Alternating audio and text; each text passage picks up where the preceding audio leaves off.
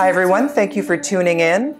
Our final speaker today for Radical Practice Day 2 is Christopher Thompkins.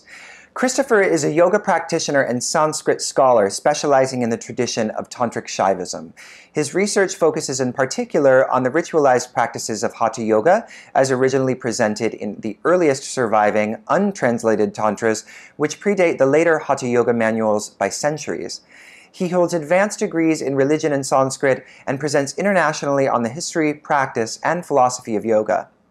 In 2012, he founded the Kashmir Shaivism Preservation Project, which seeks to preserve and to freely share the literary legacy of Kashmir Shaivism. To date, he has acquired over 24,000 pages of manuscripts, most of which have never been seen in the West, that span the vast subject range of philosophy, ritual, and yoga representing the medieval tantric tradition. Please help me welcome Christopher Thompkins. My name is Christopher Thompkins. I'm very honored to be part of this conference and grateful to the organizers and especially to Jacob for inviting me. My topic is the evolution of applied sadhana or practice as defined in Patanjali's Yoga Sutra, applied specifically to his definition of the goal of yoga, and how that approach of sadhana evolves or transitions into a completely different phenomenon within the medieval tantric lineages of India, and how that within the medieval tantric lineages from which we've inherited a very different trajectory of yoga practice in the modern world, yet one which still maintains the basic tenets and the basic definition of yoga as defined in the Yoga Sutra. This is a big topic and it forms much of my research. What I'm really doing then is sharing some of the discoveries that have not yet been formulated into a full thesis, but certainly some very interesting facts about this evolution of yoga sadhana through which I hope to encourage study and scholarship today, and specifically scholarship into the pan-tantric obligatory daily ritual known as the Yoga Vidhi, which is essentially a daily yoga sadhana which evolves over the course of 1,000 years in medieval tantrism. The topic of the conference, of course, involves the Bhagavad Gita and the Yoga Sutra, so I want to stay focused on the Yoga Sutra, but nonetheless, perhaps shed light on future areas of study which will help us to understand our link from the modern world back to the Yoga Sutra itself, and for us to understand the Yoga Sutra's place in terms of it being a darshana or instructional treatise in terms of giving the outline of a daily yoga vidhi versus the actual texts that give an applied practice with full detail. And by that I mean, of course, the tantras of medieval Shaivism and the medieval Vaishnava Pancharatra version of that tradition of tantric Shaivism.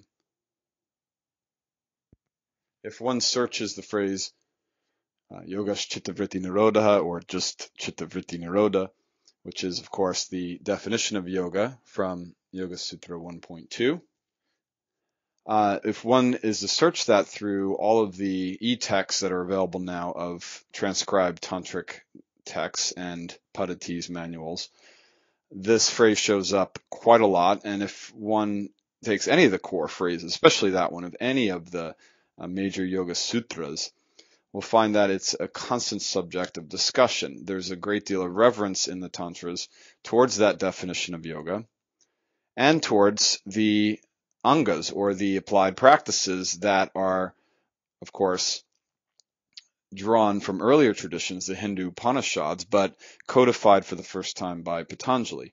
Nonetheless, the tantrics, of course, completely renovate, reorient these angas, centered on the choreographing with mantras, with the very namesake of the first of the tantric traditions, Tantric Shaivism, known to itself as the path of mantra, mantra marga, and from which I aim to show in my research is the direct conduit of modern yoga practice, including body meditation, that is to say, movement meditation, as we have experienced it in the last 100 years or so. Now, my point in saying that is, despite reverence given throughout the Tantras towards the definition of yoga and towards these angas, there's a completely different trajectory in terms of the application of practice. What is the goal of yoga? What we find, of course, in modern yoga is an engaged body practice, which is certainly not about withdrawing from the objective world or from the body completely. If, in any event, there's very much an embracing of Prakriti, as Patanjali calls it, from the Samkhya tradition. That's to say, materiality, or the changing objective world through which, or from which Patanjali, originally in his definition of yoga, seeks to have practitioners withdrawing from. The goal of yoga then in Patanjali's Yoga Sutra, Yogas Chittavritti Nirodha Tada Drashtuhu Swarupe Avastanam, is first to identify that yoga is the state in which chittavritti, mental activity or anxiety, dissolves or is eliminated. So yoga is a noun here, the state that naturally results from or when such activity can be dissolved through, implication being through yoga sadhana. Then, tada drashtuhu, the inner witness is revealed, just simply in its own true form, uncovered, swarupe avastanam. Otherwise, Yoga Sutra 1.4, vritti sarupyam itaratra. Otherwise, that witness, that soul, the purusha, or drashter, as he also calls it, the witness, is inundated or obscured with vritti, with mental activity.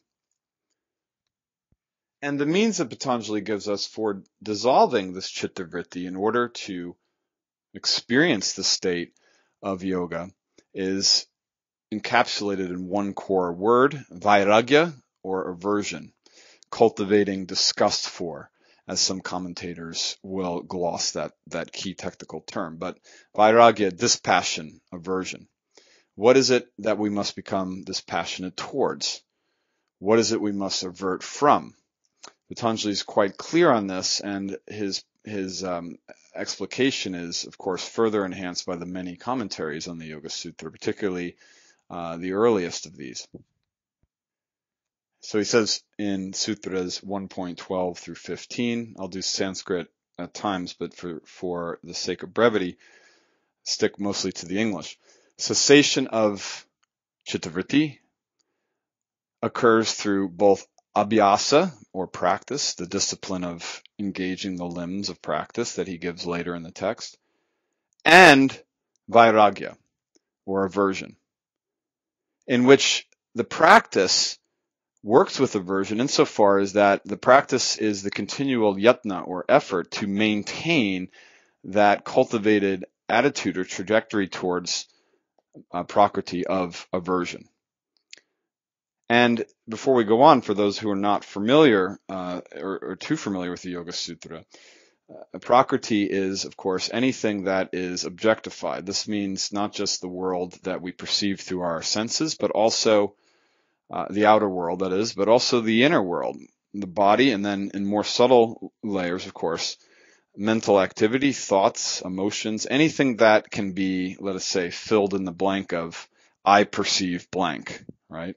So that is prakriti, and it is defined, this feminine noun, it is defined or understood as that which experiences change. So the objective then is to cultivate, I think most scholars would agree with me here, the objective for Patanjali is to cultivate through continual daily practice of the angas a growing disentanglement, or vairagya in the sense of disentanglement or aversion from basing a sense of self in the world and identifying the self with what is impermanent. So complete withdrawal is the ultimate aim, and he explains this here in our sutras just mentioned. He goes on to say, that discipline, that yoga practice, becomes firmly established only after it has been diligently engaged with great effort over a long period of time.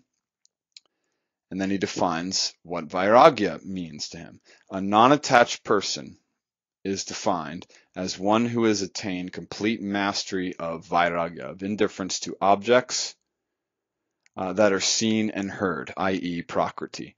This is Sutra 1.15. Drisht anu shravika vishaya vitrishnasya vashikara samnya vairagyam. Okay. So we see, without a very clear trajectory of how to apply these limbs of his Ashtanga system, meaning to say in a sequential series necessarily. We do get, however, the effect of these limbs and how the more subtle, or the last three, meditative versus physical limbs of the of pranayama in particular.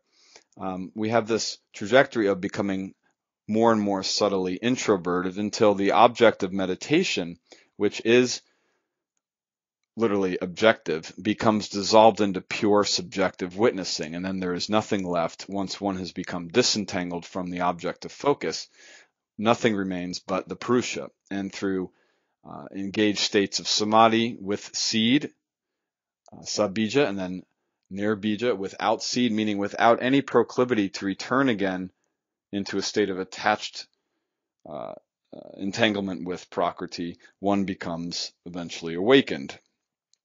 Or they experience the state of yoga itself. Permanent chittavritti nirodha, permanent disengagement from samsara, as the commentators put it, from the curse of transmigration. The goal then is to reverse the draw towards embodiment and towards what, for Patanjali and the commentators of the Yoga Sutra, facilitates further suffering, which is, of course, the deeper one gets entangled, the deeper one, or the more intensely one suffers. So the goal is to break contact. That is the key point and the key understanding, I think, of vairagya. I'm going to give a couple of brief verses from various tantric texts just to give a sense of the attitude that the tantrics take towards this particular definition of vairagya, while agreeing with the goal, all agree with the goal, that when mental activity is entirely active, one cannot see or glimpse the soul or glimpse the essence of the divine throughout all objective reality, as well as that one cannot glimpse the soul. But the soul is, in this modified renovation of the Samkhya tradition, the soul is not limited to that which resides within individuals, much as we hear from the Katha Upanishad and the Bhagavad Gita, that the soul is the non-moving, non-changing, immortal self that sits inside the chariot, which represents the body, as you may recall. And the 5 horses running the chariot, of course, represent the 5 stampeding wild horses of overengagement and prakriti in the world. Rather, the tantrics hold that the universal soul is Shiva.